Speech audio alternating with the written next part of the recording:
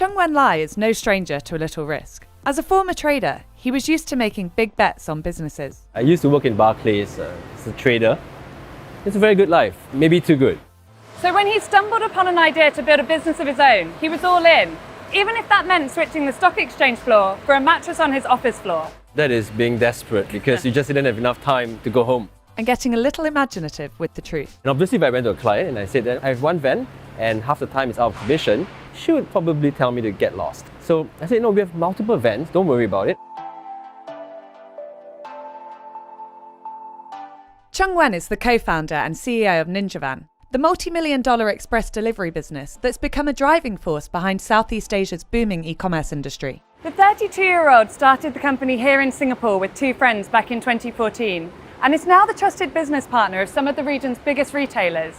But his original vision would have seen him become their competitor.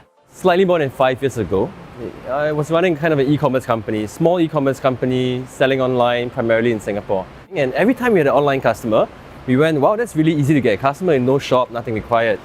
But the pain only hit after that when we had to deliver the parcel. So many issues came up. I think the entire logistics industry was just not set up for e-commerce at that point in time.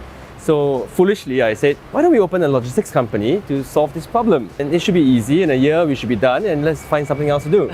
So that's how it started. Weeks later, Chung-Wen and his two co-founders, Bo Sian Tan and Sean Chong, were up and running, leaving behind stable jobs in finance and engineering to expand their men's fashion business, Marcella, and take on deliveries. In the first year, we were running both, and we thought, this is highly synergistic. You have a business on one hand, generating volume for another business. But the more we did it, the more we realized that fashion business wasn't necessarily our forte. Right. And if we were to be a very neutral, agnostic provider of logistics services, ideally, you should be neutral. Right. So we decided that let's focus on a business which we felt could scale a lot better, and not just in Singapore, but across the region. So the entrepreneurs pivoted again, shuttering their fashion line and investing their savings to go all in on their delivery service, which, unlike traditional delivery providers, leverages heavily on technology. It was a promising gamble.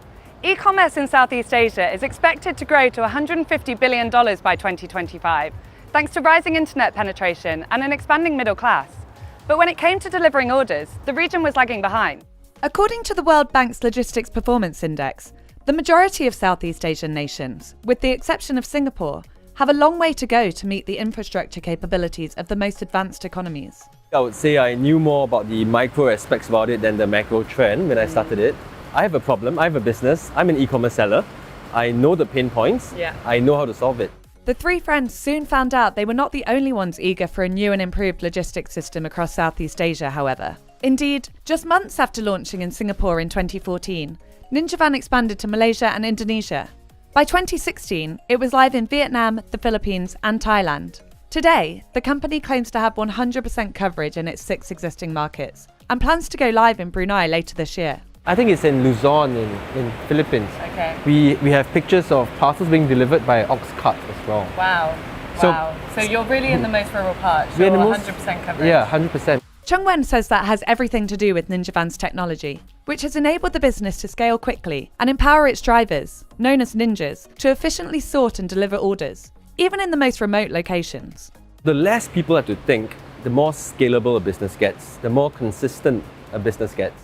In 2014, NinjaVan was the first logistics company in Singapore to provide real-time tracking updates. It later harnessed algorithms to optimize route deliveries and save on fuel. The company has also been able to use its data to hire more drivers during peak shopping periods, such as Singles' Day and Black Friday. Whether it's in the sorting process, you can see the sorting centers, it is all quite automated. There are portions of the process which is people, but in those processes you see that the devices they are using helps them to decide. Okay. And those lead to very consistent outcomes. It hasn't been all good news for the young founders, though. NinjaVan has faced criticism on social media for shortcomings in its customer service, which Chung-Wen acknowledged. Our business is never perfect, and you never will be. As long as it is a scale business, as long as there's a people element, it will never be perfect. So what we have learned is that if you're at 99% perfection, do you push for 99.5?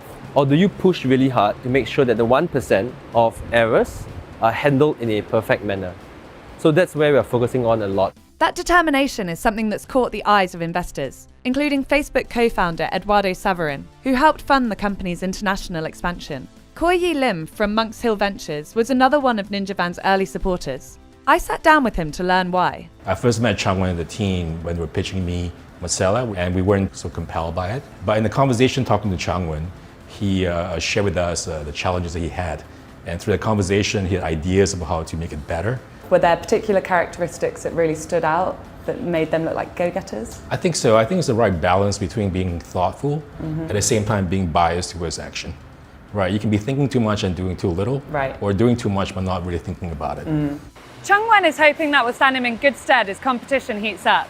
NinjaVan is one of a host of logistics firms, including Lalamove, GoGoVan and Logivan, to launch over Asia in the past few years, and they show no signs of abating. In fact, Southeast Asia's third-party logistics market is expected to grow at an annual rate of more than 5% over the next 5 years, to be worth $55.7 billion by 2025. But the Singaporean co-founder says he's confident he can set his business apart. He says he's doing that by directly employing his fleet of 20,000 drivers, who, unlike the freelancers used by competitors, have a vested interest in ensuring the business is built to last. It is not as though one day we have 1 million parcels and the next we have 10. There's a base load requirement, and a base load requirement is best served by people who know that they are being taken care of, by people who are experienced in their job, by people who are tech-enabled. And that's our approach. In 2019, Southeast Asian ride-hailing giant Grab invested in NinjaVan and integrated its delivery services within the Grab app, unlocking a new customer base for the company. Grab isn't the only company getting behind the young founders. In 2018, the business received a record-breaking $87 million Series C funding round from investors including European delivery giant DPD. NinjaVan now claims to have raised over $300 million, which could put it on course to become one of the region's next billion-dollar unicorns. Logistics now is a very hot investment theme. If you think about what has been done already, it's just scratching the surface. A lot of people are going to come online in terms of buying stuff, purchasing more stuff, and there's just one demand driver for logistics. Koi-Yi says other drivers include healthcare and industrial goods. That's going to drive the demand for more sophisticated, more efficient logistics and open up the space for new players and incumbents alike to address. But now that Changwen is finding himself on the receiving end of these big bets, he says he's more determined than ever to make sure his vision succeeds. That includes carving out a sustainable path to profitability. We are profitable in some countries, in some we are close. Which countries would they be? I think that's all we will share for now. We are not growing at all costs, we are growing in a responsible manner. We do not believe that growth or a monopolistic market is the end goal. To me, it's very clear, focus on the people, focus on our customers, and build services around them. Do all that, you will get profitable.